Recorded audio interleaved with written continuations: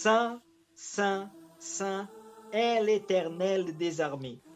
Toute la terre est pleine de sa gloire. C'est normal, par exemple, vous voyez dans les évangiles, Jésus dire, par exemple, en vérité, je vous l'ai dit. C'est une façon de mettre en évidence quelque chose.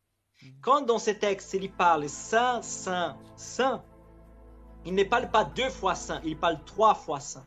C'est-à-dire qu'il fait un genre de grande hyperbole afin de montrer à qui il est en train de s'adresser, il est en train de montrer la sainteté de ce Dieu tout-puissant.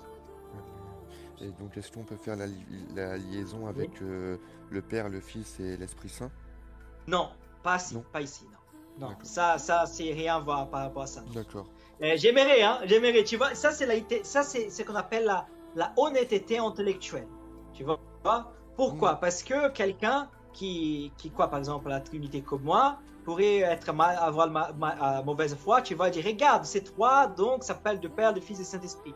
Mais non, ça c'est malhonnête, il serait malhonnête, ou ignorance totale, par rapport à ce que le texte est en train de dire. Le texte n'est pas en train de se référer ici à le Père, le Fils et l'Esprit. Le texte ici est en train de montrer la gloire et la sainteté de Dieu qui est énorme, qui est extraordinaire, qui est splendide, qui remplit toute la terre et dans laquelle personne n'a pu supporter.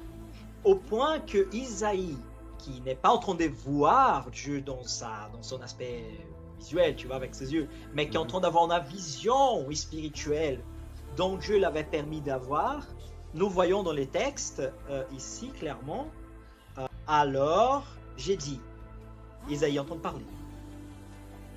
Malheur à moi, je suis perdu, car je suis un homme dont les lèvres sont impures.